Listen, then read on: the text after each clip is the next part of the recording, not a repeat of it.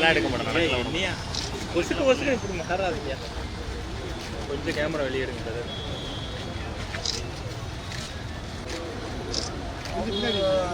Night எடுத்து phone எடுத்தானா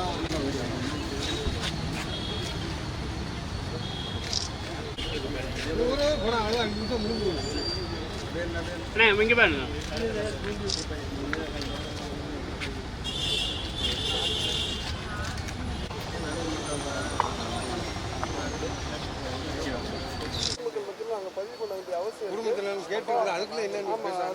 அந்த அஸ்தியை வாங்குறான், அவருக்கு முன்னாடி பத்திரிகையாளர்கள்லாம் பார்த்து சொல்லிடுவான் அப்படின்றதே சொல்லலாம். ஏன்னா எங்களுக்கான தரப்பு அந்த ரெக்கார்டுக்கெல்லாமும் பொதுமக்கள் மத்தியிலையும் நாங்கள் சொல்ல வேண்டிய அவசியம் அந்த அடிப்படையில்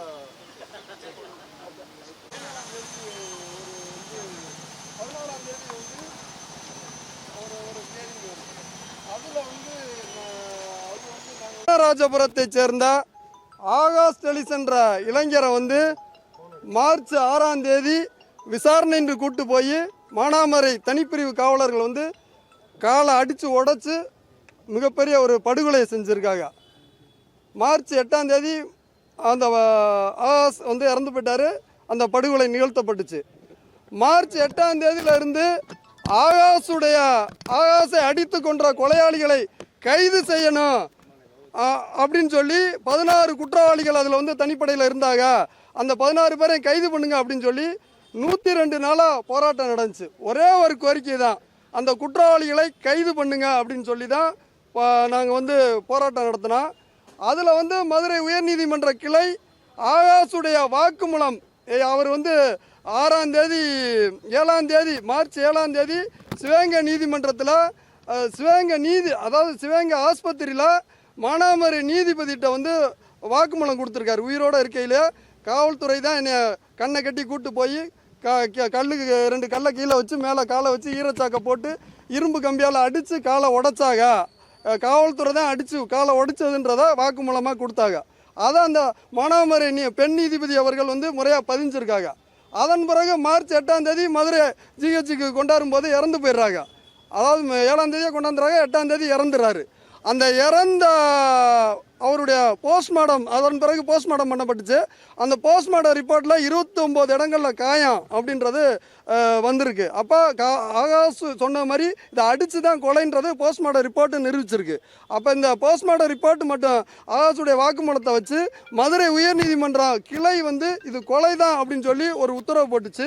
கொலை வழக்கை பதிவு பண்ணுன்னு சொல்லி உத்தரவு போட்டுச்சு.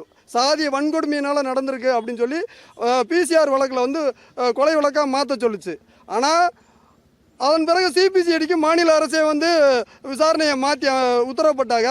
சிபிசிஐடி ஒரு 102 நாளாக எந்த விதமான சார்ஜெட்டும் ஃபைல் பண்ணல, குற்றவாளிகளை கைது பண்ணலை, குற்றவாளிகளை எஃப்ஐஆரில் கூட பேர் சேர்க்காம வச்சுருந்தாங்க. அப்போ குற்றவாளிகளை கைது பண்ணுங்க, இதில் வந்து அந்த தனிப்படையில் வந்து குற்றவாளிகளை அதாவது அந்த தனிப்படைக்கு தலைமையாக இருந்தது வந்து திருப்பணம் காவல் ஆய்வாளர் திலீபனும் குகன் மானாமரை சார்பு ஆய்வாளர் குகன் தலைமையில் அந்த டீமு தான் வந்து ஆகாஷ் அடித்து கொண்டதுன்றதை ஆரம்பத்திலேருந்தே நாங்கள் சொன்னோம். அதில் சிபிசிஐடி விசாரணையில் ஒரு 6 பேரை சஸ்பெண்ட் பண்ணி வச்சுருந்தாங்க. அந்த 6 பேரையாச்சும் நீங்கள் எஃப்ஐஆரில் சேர்த்து கைது பண்ணுங்கன்னு தான் நாங்கள் வலியுறுத்தினோம். அதை கைது பண்ணலை. அதுக்கிடையில் ஜூன் 10ஆம் தேதி வந்து இந்த வழக்கை வந்து மதுரை உயர்நீதிமன்றம் சிபிசிஐடி வந்து விரைந்து தாக்கல் பண்ணணும், குற்றப்பத்திரிகை தாக்கல் பண்ணணும்னு சொல்லி உத்தரவு போட்டு முடிச்சுட்டாங்க. அந்த வழக்கு ஜூன் 10ஆம் தேதியே டிஸ்பாஸ் ஆயிடுச்சு. டிஸ்பாஸ் ஆன வழக்கில் காவல்துறை ஒரு இடையீட்டு மனுன்னு போடுறாங்க. அந்த இடையீட்டு மனுவுக்கு என்ன நம்பர் கோர்ட்டில் ஃபைல் ஆச்சு அப்படின்னு தெரியல. கோர்ட் மூலமாக ஒரு எந்த விதமான இன்டிமேஷனும் சம்மந்தப்பட்ட பெட்டிஷனருக்கு கொடுக்கல. ஜூன் 14ஆம் தேதி வந்து காவல்துறை வந்து ஒரு சம்மன் கொடுத்தாங்க. அந்த சம்மனை வச்சு ஜூன் 15ஆம் தேதி வந்து கோர்ட்டில் வந்து ஆஜராகிறாங்க. ஆஜராகல எங்கள் தரப்பு வழக்கறிஞர் வந்து ஒரு நாள் அவகாசம் கொடுங்க அப்படின்னு கேட்டாங்க. கொடுக்க மறுத்துட்டு உடனே நீங்கள் 5 மணிக்கெலாம் வந்து கைது பண்ணுங்க, அதாவது 5 மணிக்கெலாம் உடலை வாங்குங்க அப்படின்னு சொல்லி மதுரை உயர்நீதிமன்ற கிளை உத்தரப்படுது. அப்போ எங்களுக்கு உறவினர்களுக்குள்ள தகவல் சொல்ல முடியாத சூழல். அதனால நாங்கள் உடலை வாங்கலை. எங்கள் கோரிக்கையும் நிறைவேறாமல் இருக்குது. அந்த கோரிக்கையை வந்து நீங்கள் வந்து நிறைவேற்றுங்க, நாங்கள் அப்போ தான் உடலை வாங்குவோம்ட்டு மறுத்துறோம். மறுபடியும் 16ஆம் தேதி ஒரு ஹியரிங் வருது. அந்த 16ஆம் தேதியே எங்களுடைய தரப்பு வழக்கறிஞர் வந்து ஆஜராகிறாங்க.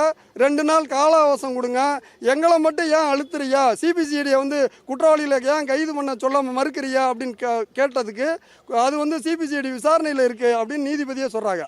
அப்போ எங்கள் தரப்பு வக்கீல் என்ன சொல்கிறாங்கன்னா, நாங்கள் வந்து மேல்முறையீடு போகிறோம், சுப்ரீம் கோர்ட் மேல்முறையீடு போகிறோம் அப்படின்னு சொல்கிறாங்க. ஓப்பன் கோர்ட்லேயே சொல்கிறாங்க. அப்போ ஒரு பெட்டிஷனருக்கு ஒரு உத்தரவு வந்து அது எனக்கு ஏற்றுக்கொள்ள முடியல அப்படின்னா மேல்முறையீடு போகிறதுக்கு கால அவகாசம் கொடுக்கணும், அது உரிமை. ஆனால் மதுரை உயர்நீதிமன்ற கிளை நீதிபதிகள் அவர்கள் நீங்கள் மேல்முறையீடுனா போய்க்கங்க, நான் என் அதிகாரத்தை வச்சு உத்தரவு போடுவேன் அப்படின்னு சொல்லி அரசை அதாவது காவல்துறையை உடல் அடக்கம் பண்ணுங்கன்னு சொல்லி ஒரு உத்தரவு போடுறாங்க.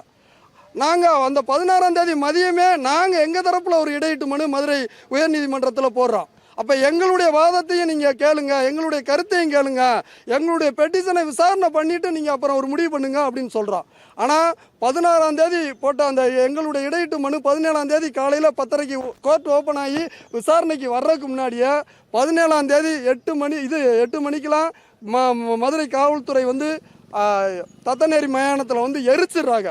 ஆகாஷுடைய உடலை எரிச்சிடறாங்க. பேரண்ட்ஸை உறவினர்களை எல்லாரையும் கைது பண்ணி வச்சுக்கிட்டு போய் எரிக்கிறாங்க. ஆனால் நீதிமன்ற உத்தரவு என்னன்னா நல்லடக்கம் பண்ணணும்னு தான் சொல்லுது. அப்போ அடக்கம் தான் பண்ண சொல்லியிருக்கு. ஆனால் இவங்க வந்து எரிக்கிற மூலமாக மேலும் இந்த குற்றவாளிகளை காப்பாற்றுறதுக்காண்டி தடயங்களை அழிச்சிருக்காங்க. இது வந்து ஒரு சட்ட விரோதம்.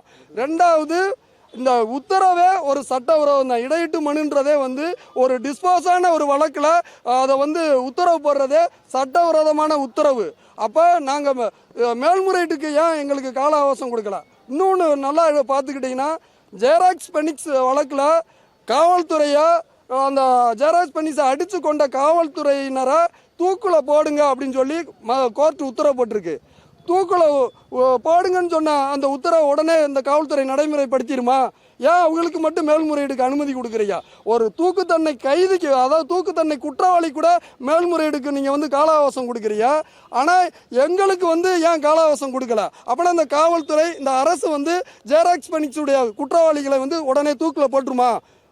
அப்படின்னா அப்போ நீதி ஒரு சார்பாக இருக்குது. நீதிமன்றம் அதிகாரத்துக்கு, அதாவது காவல்துறையுடைய அடக்குமுறை எதிர்த்து யாரெல்லாம் போராடினாங்களோ அவங்கள ஒடுக்குறது, மேலும் மேலும் ஒடுக்கிறது.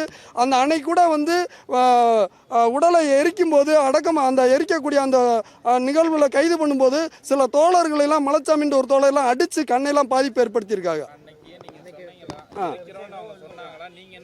அவங்ககிட்ட எங்கிட்ட எங்களை பேசவே விடலை. எங்களுக்கு கால அவகாசம் கொடுங்க, நாங்கள் கலெக்டர்கிட்ட பேசுகிறோம், ஆர்டிஓட்ட பேசுகிறோம், எங்களுக்கு கால அவகாசம் கொடுங்கன்னு கேட்குறோம். எங்களை கைது பண்ணி வலுக்கட்டாயமாக கைது பண்ணி அடித்து கொண்டு போய் மதிச்சியம் மதிச்சியம் காவல் நிலையத்தில் வச்சுட்டு அவங்க போய் எரிக்கிறாங்க.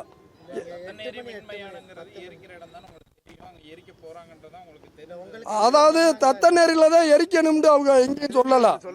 நல்லடக்கம் பண்ணுங்க அப்படின்னு தான் சொல்லியிருக்காங்களே ஒழிய, அதாவது இப்போ சிபிசிஐடைய விசாரணை வேணாம், சிபிஐ விசாரணைக்கு வேணும் அப்படின்னு நாங்கள் கேட்கும்போது சிபிஐடைய விசாரணை அமைப்பு உடல் எங்கன்னு கேட்டால் இவங்க எதை சொல்லுவாங்க, எங்கே எதை காட்டுவாங்க?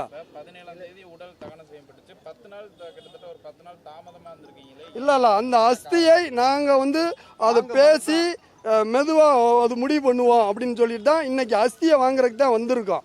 அது வாங்கும்போது இந்த அநீதி நிகழ்ந்திருக்கு அப்படின்றத பொதுமக்கள் மத்தியில் நாங்கள் கொண்டு போக வேண்டிய அவசியம் இருக்குது, பதிவு பண்ண வேண்டிய அவசியம் இருக்குது. அந்த அடிப்படையில் நாங்கள் வந்து இது வந்து பத்திரிகையில் வந்து இந்த செய்தியாக பொதுமக்கள்கிட்ட எங்கள் கருத்தை சொல்கிறோம். இப்போ வந்து ஆர்டிஓ சந்திச்சுட்டு எங்களுடைய ஆகாஷுடைய அஸ்தியை வாங்குறதுக்கு நாங்கள் போகிறோம். ஆர்டிஓட்ட பேசிட்டு எங்கே அந்த அஸ்தி இருக்கோ அங்கே போய் கேட்டு வாங்குறதுக்கான வந்திருக்கோம். அப்போ இந்த உத்தரவு ஒரு இல்லீகலான உத்தரவு, ஒரு டிஸ்போஸான வழக்கில் வந்து ஒரு உத்தரவு போடப்பட்டு அதை அடக்கம்ன்ற பேரில் எரித்து தடயத்தை அழிச்சிருக்காங்க. அந்த நேரம் கூட சம்பந்தப்பட்ட உறவினர்களை ஆகாஷ் குடும்பத்தை கைது பண்ணி அடிச்சிருக்காங்க. ஆகாஷுடைய தங்கச்சியை கூட அடிச்சிருக்காங்க. கூட வந்த மலைச்சாமின்ற ஒரு தோழரை கூட அடிச்சிருக்காங்க. அப்போ இது சட்ட விரோதம். ஒரு மது விற்பனைக்கு எதிராக போராடிய தட்டி கேட்ட ஆகாஷை அடித்து கொலை பண்ணிட்டு இன்னைக்கு எல்லாமே சட்டவிரோதமாக நடத்தப்படுது காவல்துறைக்கு ஆதரவா. அஸ்தியை வந்து எங்களுக்கு ஆர்டிஓ தான் ஒப்படைக்கணும். ஆமாம், அஸ்தியை வந்து ஆர்டிஓ தான் ஒப்படைக்கணும். நாங்கள் அதனால தான் ஆர்டிஓ வந்து பார்க்க வந்திருக்கோம். ஏன்னா ஆர்டிஓ தான் இங்கே வரணும். ஆர்டிஓ இல்லாட்டா ஒரு மறியல் பண்ணுறதுக்கு ரெடியாக இருக்கும். ஆமாம், என் பேர் லெனின். ஆகாஷ் டெலிசன் படுகொலை நீதிக்கான போராட்ட குழு மானாமதுரை. சரி.